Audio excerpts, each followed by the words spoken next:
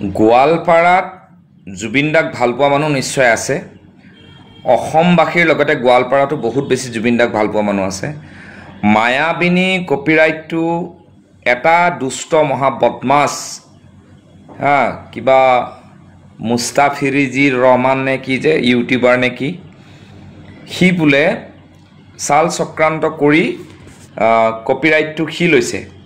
গতিকে এই ধুৰন্ধৰটোক জিলা প্ৰশাসনে আৰু তাৰে ব্যক্তিসকলে গোৱালপাৰাত যদি সৎ সাহস থকা জুবিন অনুৰাগী আছে অতি সোনকালে কেছ কৰি এই ধুৰন্ধৰ লম্পট অসমৰ বিৰোধী এই মুস্তাফিৰিজি ৰহমান নে কি ইউটিউবাৰটোক অতি সোনকালে ব্যৱস্থা লওক, নহ'লে আমি অসমীয়া যুৱ মঞ্চ যাম তালে।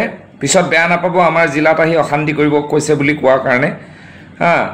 এই ভাইটি কিবা মিউজিক কিবা কোম্পানী নে কি, সি চালা জুবিন দা ঢুকুৱা আজি কেইদিন হৈছে, আজি সকাম, সি তাৰ কপিৰাইট লৈছে মায়াবিনী গানৰ।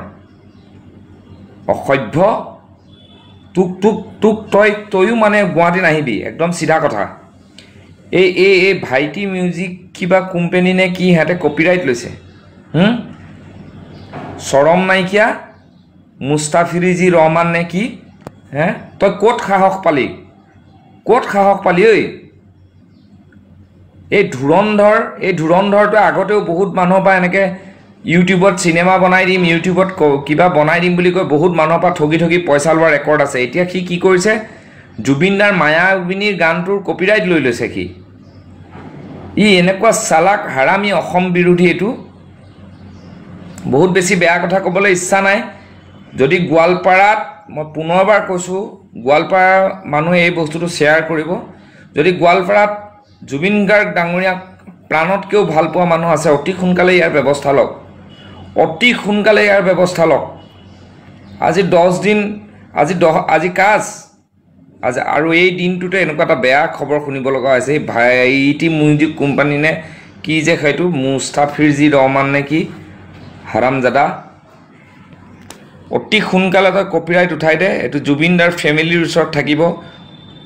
তহঁতবোৰৰ কাৰণে অসমখন শেষ হৈছে। অসমৰ সম্পদক লৈ ব্যৱসায় কোনেও কৰিব নাহিবি, বিশেষকৈ জুবিন দাক লৈ ব্যৱসায় কৰিবলৈ অহাখিনি নহয়, কাকো এৰি দিয়া নহ'ব। আৰু মাননীয় হিমন্ত বিশ্ব শৰ্মা আৰু গোৱালপাৰা জিলাৰ SP জুবিন গাৰ্গ ডাঙৰীয়াৰ বন্ধু নৱনীত মহন্ত ছাৰ ডাঙৰীয়া, আপোনাকো বিনম্ৰতাৰে ক'ম, অতি সোনকালে আপুনি নিজাববীয়া এটা কেছ ৰুজু কৰি এই গোৱালপাৰাৰ ধুৰন্ধৰ অসভ্যটো অভদ্ৰটোক অতি সোনকালে গ্ৰেপ্তাৰ কৰাৰ ব্যৱস্থা কৰক।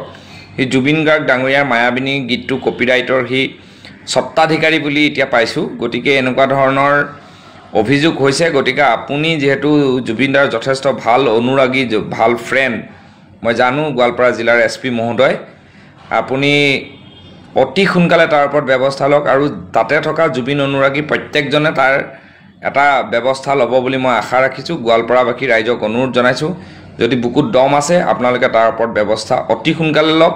ইয়াক কেতিয়াও এৰি দিয়া নহ'ব, ইয়াৰ ওপৰত ব্যৱস্থা লওক। মুস্তাফিৰিজি ৰহমান নে কি হাৰামীটোৰ ওপৰত সকলোৱে ব্যৱস্থা লওক। মই পুনৰবাৰ কৈছোঁ, মোৰ বেয়া কথা ক'বলৈ ইচ্ছা নাই, কিন্তু মই আজি নিজক ধৰি ৰাখিব পৰা নাই। কি কৰিব পাৰোঁ আমি চাওঁ। আৰু যদি গোৱালপাৰা জিলাৰ ৰাইজে ব্যৱস্থা নলয়, তেনেহ'লে আমি গুৱাহাটীৰ পৰা এটা সজাতি দল তালৈ যাম।